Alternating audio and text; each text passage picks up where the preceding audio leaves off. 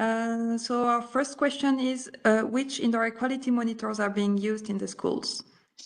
Yeah, so again, it's one reason why I didn't dwell on the databases so much. We use a single provider so far, and that's been Air Gradient. So I can, yeah, if you just Google it, you'll see them. Okay, thank you. And how is the project funded? Is it free for schools? Yes, it's absolutely free to schools. All of the funding, well, 90% of the funding has come from UK Research and Innovation, and about 10% from the Department for Education. Is there guidance support on things that schools can do to improve indoor air quality once they are collecting the data? Yes, so we have a whole, what we call a public facing website, which you can visit at sami.org.uk. And for the schools that are gathering their own data, they also have access to the web app, and we have a whole remit of tools to help them, right from activities where if they see a spike in one of their air quality metrics, we lead them through a sort of structured questionnaire and then highlight what the likely causes of that spike might be, right through to sort of other activities to understand how their building and environment and the usage of it might be affecting their air quality. So I have questions about what about outdoor conditions around the schools? Maybe this question arrived a bit before you talked about that. Do you want to say a few words on this? All I'll say is that we have been really surprised by the usefulness of the government data that's gathered.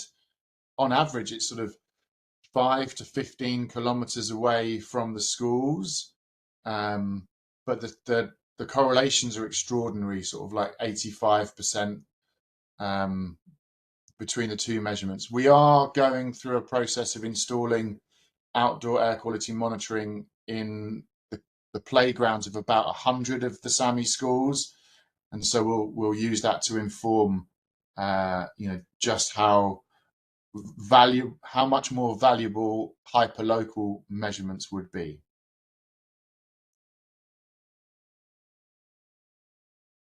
During and after the COVID in Belgium, manufacturers of air cleaners organized aggressive marketing campaigns to convince schools to install air cleaners instead of a ventilation system.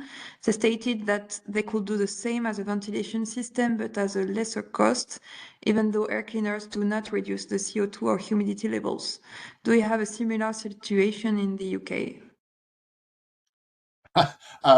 Probably worse.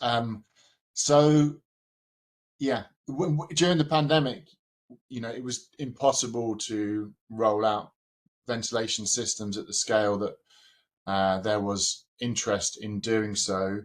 And so the government did supply, I think it was about 8,000 classrooms with air cleaners once they've met certain criteria. That provision has long since stopped. To my knowledge, there's no real effort being made to gather information on whether those air cleaners are still being used. But yeah, we're really stuck in that there isn't the funding to invest in, or that there's no suggestion that there's going to be funding to invest in building scale school ventilation systems at any point in the near future, and so we are a little bit stuck as to what happens in the UK. So BB 101 already states a requirement of an average daily CO2 levels with a 20-minute maximum threshold 2. What else can BB 101 do, say, to improve this further? A lot is the answer. I think we should, go back to the drawing board on school ventilation guidance.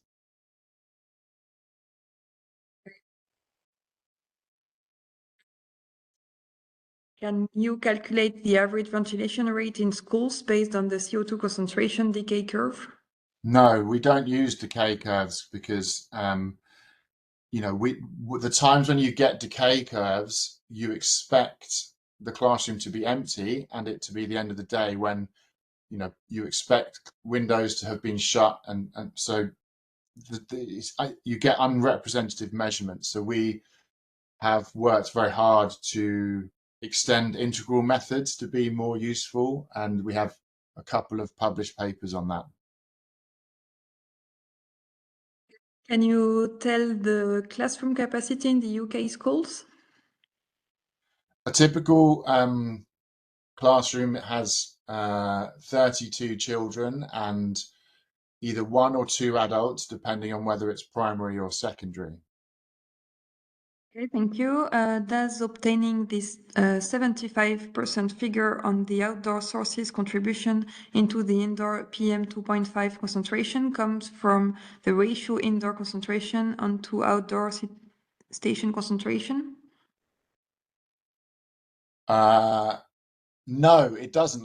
Although I'm struggling now to remember exactly how we made that calculation. I think I'm going to have to come back to you. I mean, it is published in a paper exactly how we did it. We made an inference.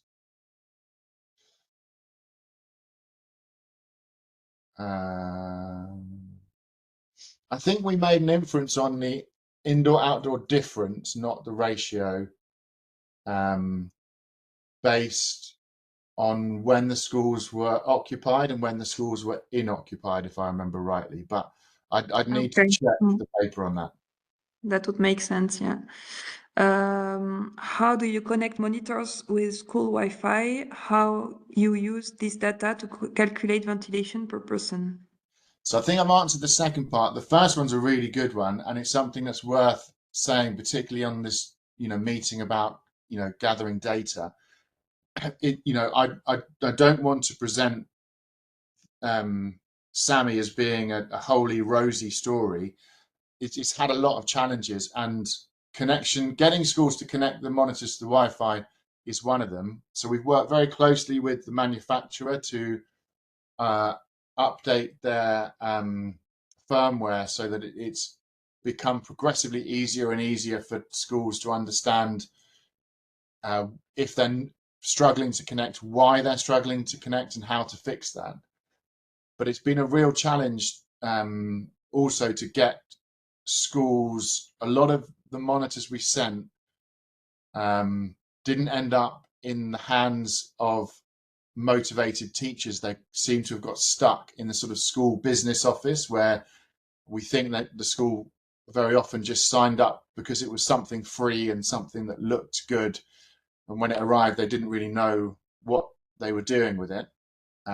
So I think, you know, of all, I think we've sent out something like 1,400 monitors, and at least about 600 of those have never been connected to the Wi-Fi, and that's a real shame. So I think, you know, almost all of those were sent out in the early days, and we've learned a lot about how we would do things differently. But that was a real disappointment to us in those early days. Yeah. That's a pity.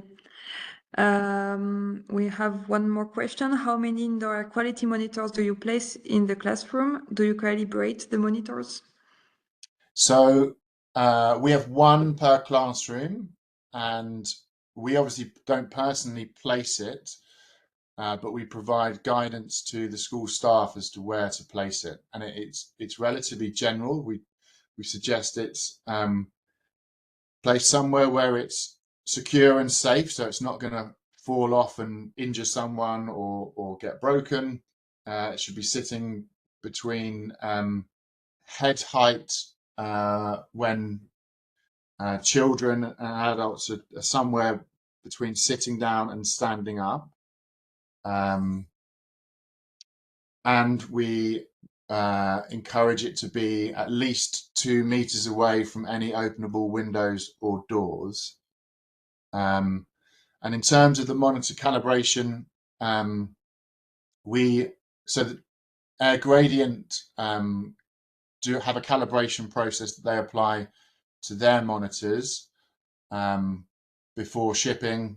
We then have calibrated some of the SAMI monitors, but by no means all of them again.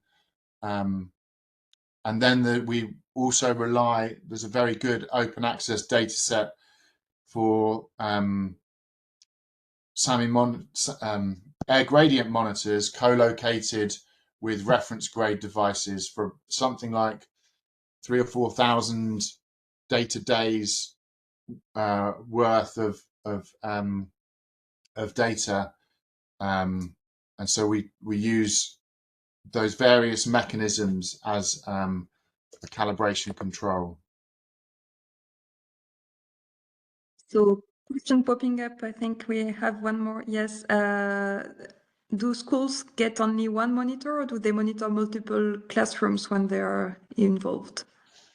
So the traditional methodology is that each school gets one monitor, and the aim for that was to leverage the funding across as many schools as we could. We have worked in certain places with local councils where in one county, for example, in about 35 schools, we put monitors in every single one of their classrooms. One is commenting that the reason why schools sometimes do not participate in an indoor air quality project is because they are afraid that the results will be bad and that this will be published and create a bad reputation for the whole school. Do you think that's relevant for your project? I think it's a risk, and it's one that we have, I think, successfully avoided. So the school itself can see the data, and we tell them that they can share it with parents if they want. They could allow the parents to have access to the web app, but we leave that very much to be their choice. We never publish data in any way that the school could be identifiable. So, we never publish their location, and if their location is ever, possibly interpretable from a map, then we always average over at least 3 schools rather than showing the results of an individual school. So it's definitely something that we are extremely mindful of. And I think the other aspect is the fact that any teacher can join the project is quite a powerful way. For example, if there's a head teacher who doesn't want to take the risk of measuring air quality for their reputation, a teacher can still join the project, and then use the data to open up a conversation with the head teacher about the positive benefits of improving air quality, rather than sort of seeing it as only a bad thing. Henry, I think we don't have more questions for you, but that's a very interesting project. I would love to see that in France as well, maybe in the future. We have one more question for Antoine. How does the operator know the ventilation system design and the design parameters to be measured? Yes, good question. In the ventilation system inspection protocol, it is stated that the first phase of the inspection is a so-called pre-inspection, where the operator has to gather documentation about the building and about the system design. So it has to be done before any on-site inspection, and the operator has to collect this documentation to prepare its inspection and check the correct parameters and measure the correct values. Okay, thank you. I think we had one last question addressed to all speakers. Are there any incentives for inspectors to upload data to these databases? In Flanders, it is mandatory. What about the others? Well, in France as well. Well, in France, it's mandatory. I'm not sure if the question is for other databases in the world. If it's the case, I'm not sure we have other databases with mandatory upload. Not that I'm aware of. We certainly don't have any in the UK. Oh, well, that's not fair. That might be England. I think there is a greater effort made in Scotland, but it only, I think it only covers new build homes in Scotland. But I'd have to check.